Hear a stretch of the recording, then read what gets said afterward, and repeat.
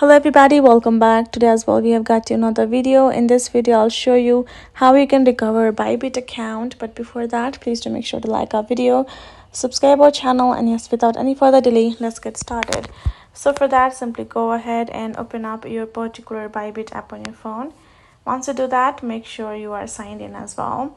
So in case you're not signed in and you would like to recover, so the thing is, before that you have to make sure that you go to your profile icon on top left corner, and you go to this option of settings on top right corner, and go to this option of, you go to your profile section, and from over here you go to your security, and then from over here you're going to go to this option of your passkeys, and simply go ahead, tap on add passkey and tap on continue, and you add your passkey, which can be your first you have to simply verify. Obviously first you want to verify by providing your ID card and your selfie.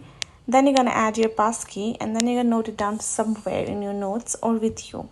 When you have to simply recover your particular Bybit account, you're going to come back, add in that passkey, and you will be able to simply do it. You can also go to biometric authentication and simply unlock any of this option that you would think you can remember easily and can be favorable to you. And then when you forget your password and still need to recover, this two options can recover your account.